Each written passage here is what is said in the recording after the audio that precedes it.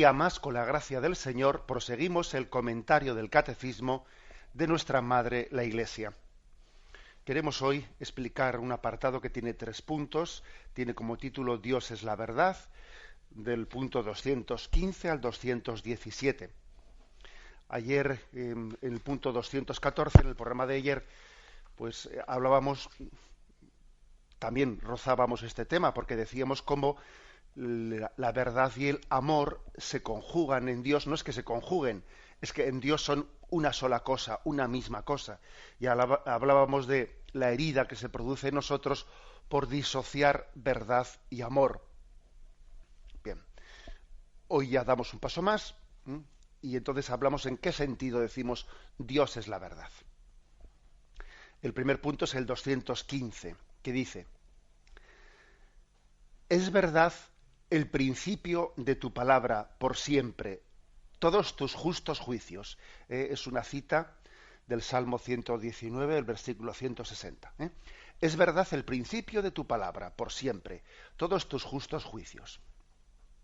Otra cita de la Sagrada Escritura. Ahora, mi Señor Dios, tú eres Dios, tus palabras son verdad.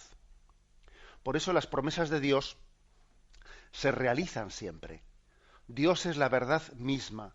Sus palabras no pueden engañar. Por ello el hombre se puede entregar con toda confianza a la verdad y a la fidelidad de la palabra de Dios en todas las cosas. El comienzo del pecado y de la caída del hombre fue una mentira del tentador que indujo a dudar de la palabra de Dios, de su benevolencia y de su fidelidad. Entonces, la primera afirmación que hacemos en este apartado de que Dios es la verdad es que, bueno, como consecuencia inmediata, las palabras que Él nos dirige son palabras verdaderas. Dios no puede engañar. Es totalmente contrario a su ser. Dios es la verdad misma. Sus palabras son absolutamente fiables. Sus promesas se realizan siempre.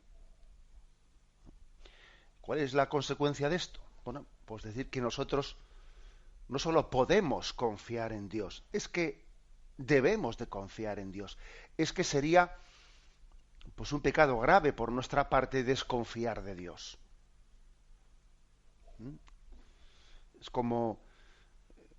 Sería como proyectar en Dios nuestras sombras. Cuando alguien desconfía de Dios, dice, cuando a alguien le cuesta confiar en Él, pues le está ocurriendo, sea él o no sea consciente de ello, le está ocurriendo aquello que dice el refrán, que se piensa el ladrón que todos son de su condición.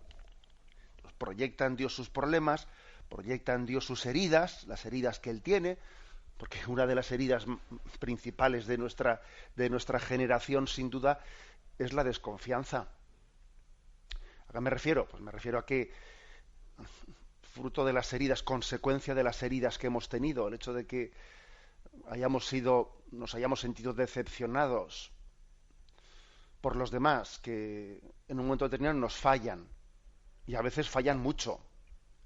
Y uno mismo se falla a sí mismo, porque uno mismo pues tiene unos ideales, pero luego constata que mis ideales pues se han quedado en papel mojado, porque luego la vida ha ido por otro lado, y entonces yo mismo me decepciono de mis propios ideales y me justifico diciendo, bueno, es que hay que ser práctico, es que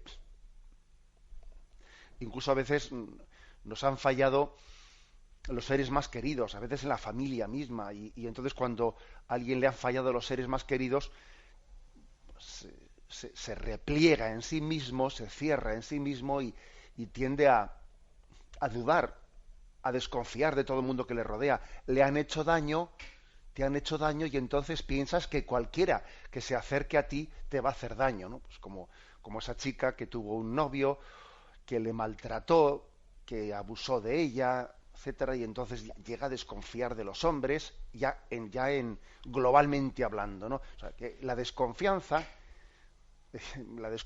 muchas veces es la consecuencia que se provoca en nosotros, la dificultad de confiar, fruto de nuestra historia, la historia de víctimas y de verdugos, porque también uno ha sido verdugo con los demás, y entonces dices, si lo que he dicho yo antes, ¿no? Que se piensa el ladrón que todo es de su condición, que tú mismo has fallado a los demás y piensas que no va a haber nadie que ame de una manera más gratuita que tú.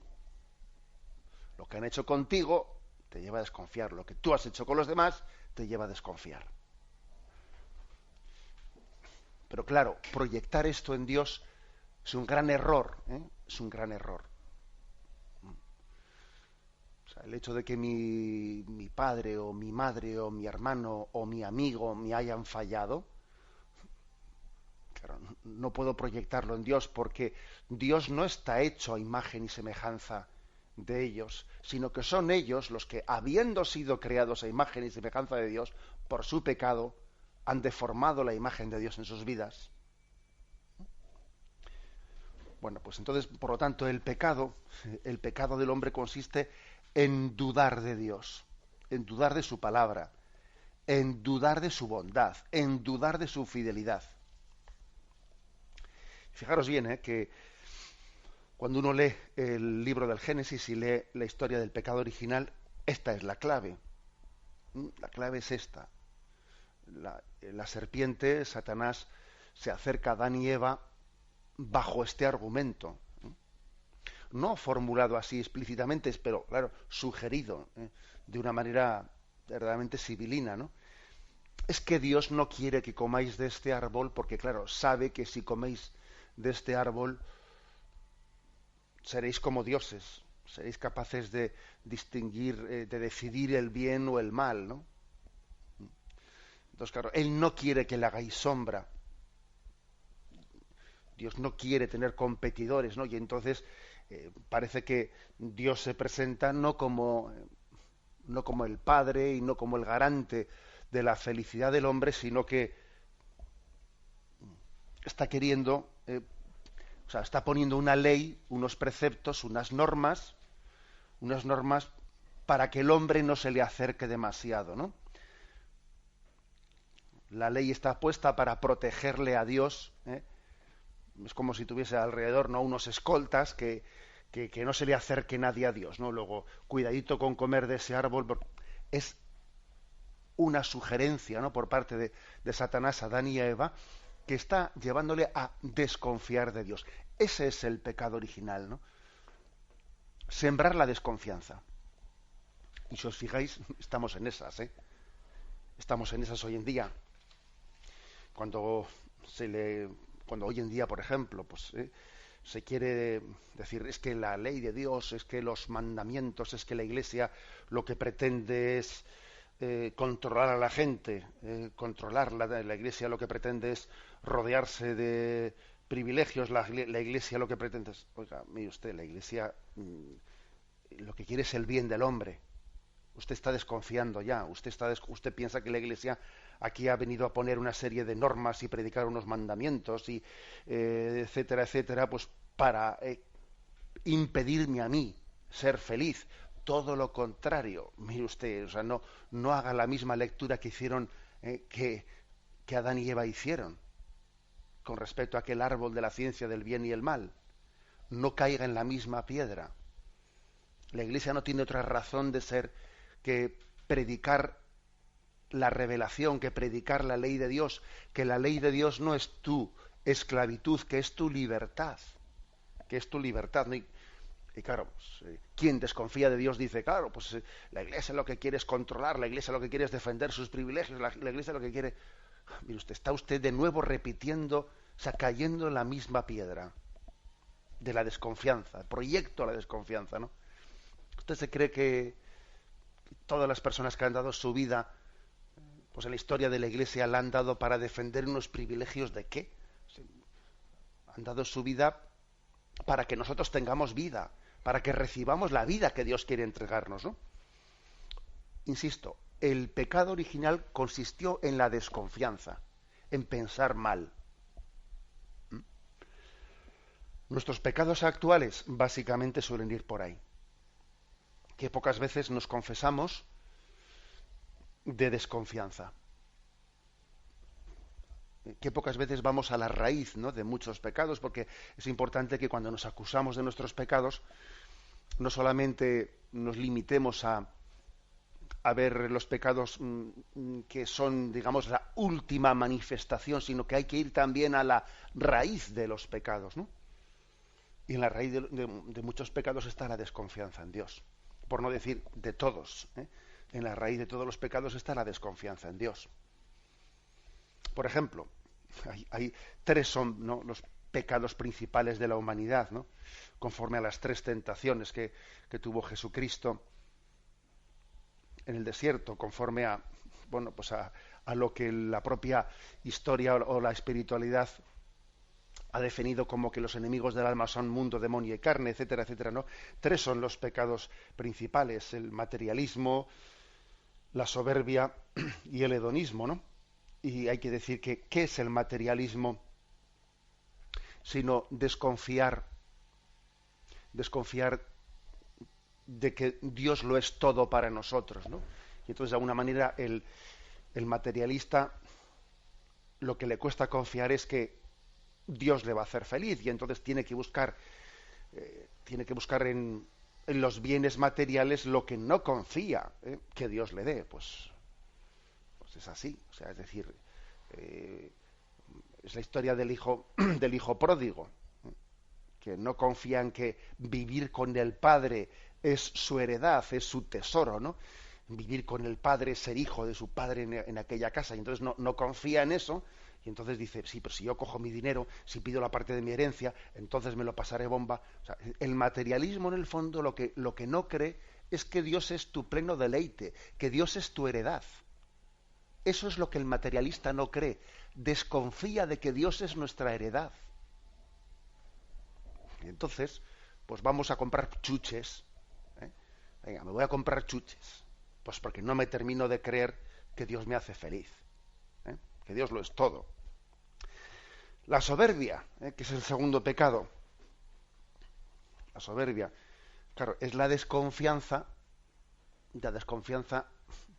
de que el despojamiento es el camino, la pobreza espiritual es el camino, pues para abrazar, para ser felices y abrazar a Dios, ¿no? Cuando Jesús dice que no se despoje de sí mismo, claro, despojarse de sí mismo es desnudarse, ¿no? Es ser pequeño. Es ser pequeño. Entonces, cuando eres pequeño, pues te ves como un barquito de cáscara de nuez, en mitad del océano, ¿no? Y dice, oye, que me siento muy pequeñito, que aquí me comen las olas, que pues sí, claro, pero la soberbia es pues ponerse falsos escudos alrededor, ¿no? Es sacar pecho, ¿no? Pues ayer decía, ¿no? Pues eso, antes muerta que sencilla. Aquí la cosa es protegerse, buscar falsas seguridades, ¿no? Eso es la soberbia. La soberbia es sacar pecho, pues hacerme el grande, ocultar mis debilidades, bueno, hacerme el fuerte. La soberbia es desconfiar del camino de la pobreza espiritual, es desconfiar de las bienaventuranzas. Esa es la soberbia. Desconfiar de las bienaventuranzas. Bienaventurados los pobres de espíritu. Bienaventurados los que se despojan, los mansos, los humildes. Luego la soberbia obviamente es desconfianza. El hedonismo. Bueno, pues el hedonismo es el pecado, la búsqueda del placer, el mínimo esfuerzo. El mínimo esfuerzo, bueno, pues esa huida de la cruz tan grande, ¿no?, que tenemos como tentación permanente en nuestra vida. El hedonismo es desconfiar de que Dios nos ofrece una felicidad eterna en el cielo, y entonces es buscar el goce inmediato. El hedonismo es, mira, yo renuncio a la felicidad, y como me cuesta confiar en la felicidad que Dios me ofrece, me agarro al placer rápido. Ese es el hedonismo. O sea, desconfío de la felicidad y me agarro al placer rápido. Es como si dijese, yo desconfío de que subiendo a esa montaña Dios me ofrece una visión maravillosa. Bueno, pues desconfío de eso, y lo que hago es poner aquí abajo una tumbona, no subo allí y aquí me tumbo yo. El hedonismo es renunciar a la felicidad agarrándose al placer, ¿no? Sustituyo, o sea, es como una especie de, bueno, pues de una falsificación de la felicidad, ¿no? Un sucedáneo, o sea, un falso sucedáneo. Como no me fío de que Dios me va a hacer feliz, me voy a agarrar a los placeres inmediatos. Y me agarro a esto, a la droga, al sexo, a lo que fuere, pues a la bebida, a mis perezas, a mis comodidades. Ese es el hedonismo, ¿no? Porque no me fío de que Dios me va a hacer feliz olvidándome de mí mismo. Es decir, que si os fijáis, aquí lo que estamos diciendo es que el pecado principal es la desconfianza. Es desconfiar de que Dios es bueno, de que Dios es fiel, de que su palabra es la vida tuya, es tu fe, es tu camino de luz y de verdad, ¿no? Y estamos siempre, de alguna manera, proyectando en Dios mis pecados, etcétera, y no termino de creer que Él es bueno. Es que no te das cuenta, es que no me doy cuenta de que Él es bueno. Y que por lo tanto ha llegado el momento de deponer, ¿no? Pues esas actitudes de estar a la defensiva. No te defiendas ante Dios, hombre. Si es que curiosamente a veces estamos poniendo barreras ante Dios, ¿eh? Ante quien hay que defenderse y poner barreras es ante otro. El príncipe de este mundo, ante Satanás y sus estrategias, ¿no? Bueno, esta es la primera afirmación, por lo tanto, que hacemos en el punto 215. La confianza plena en que su palabra es verdadera y es bondadosa y es el principio del bien del hombre. Que la bendición del Señor nos acompañe a lo largo de esta jornada. Padre, Hijo y Espíritu Santo, descienda sobre vosotros. Alabado sea Jesucristo.